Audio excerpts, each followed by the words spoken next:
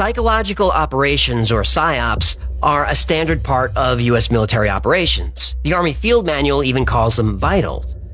The term PSYOP sounds mysterious, but the tactics are usually nothing more than distributing leaflets or broadcasting propaganda over the radio.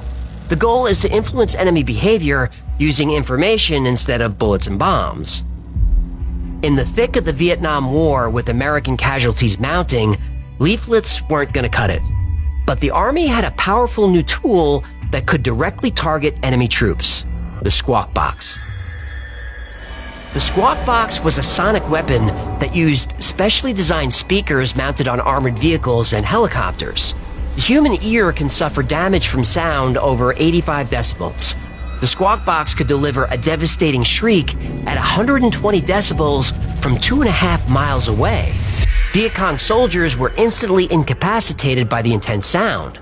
They suffered pain, nausea, and often permanent hearing loss. But the squawk box could do more than inflict physical harm. The Army discovered that sound waves could manipulate emotions, inducing distress and confusion in the enemy. The results were staggering. Between 1967 and 1968, an estimated 30,000 Viet Cong surrendered to U.S. forces. Despite its success, the squawk box had a critical flaw. The enemy could hear it coming, literally. The Army wanted a more deadly and discreet weapon, something the enemy couldn't see or hear.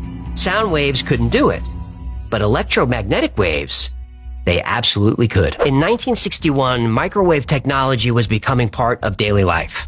Microwave ovens had just hit the market, and low levels of microwaves were used in lots of different devices. Biophysicist Alan Frey began studying microwave effects on humans to make sure there were no health risks.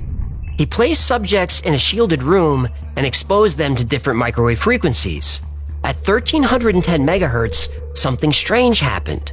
A subject asked about a clicking sound, but the room was silent. It was shielded from the outside, and there were no moving parts involved in this experiment.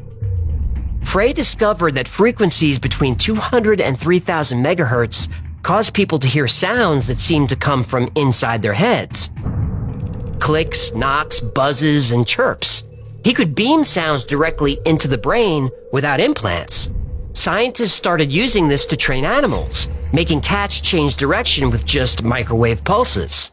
Oh, I'd like to make cats change direction right into oncoming traffic. Stop that. Well, you better tell your demon fur babies to keep their filthy mitts out of my bowl. Okay, settle down.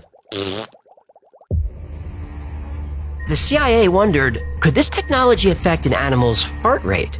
More specifically, could they induce a heart attack remotely? Frey experimented with frog hearts and pulse-modulated radiation. He was actually disturbed to find he could increase a frog's heart rate with no device attached. He did it remotely. Soviet scientists had similar results with rabbits. By 1972, the Soviets moved to human trials. A declassified report revealed they had done over 500 studies on how microwaves affect human behavior. Both lethal and non-lethal effects were found. The mention of lethal effects was a horrifying new detail. They didn't mean to kill their subjects, but they discovered they could. And those that survived exposure could be remotely controlled. The U.S. Army loved it. They immediately ramped up research on microwave radiation. They ordered trucks capable of carrying microwave broadcasting equipment. The goal was to irradiate and immobilize the enemy. In 1976, the Navy finally discovered how Soviet scientists were accidentally killing people. They were using microwaves powerful enough to generate heat. Soviet scientists called it microthermal effects. If you own a microwave oven, you call this microthermal effect cooking. The Russians cooked people? Yep. I bet you taste like chicken. That's gross. Oh. Eating human is gross, but eating fish is okay? See what happens when your shoe's on the other fin? Fair enough. Nah.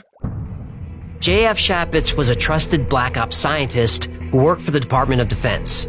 He tried broadcasting commands into a subject's mind. It worked. Using low-power microwaves, he could make subjects hear words inside their own heads. The military told Shapitz to go further.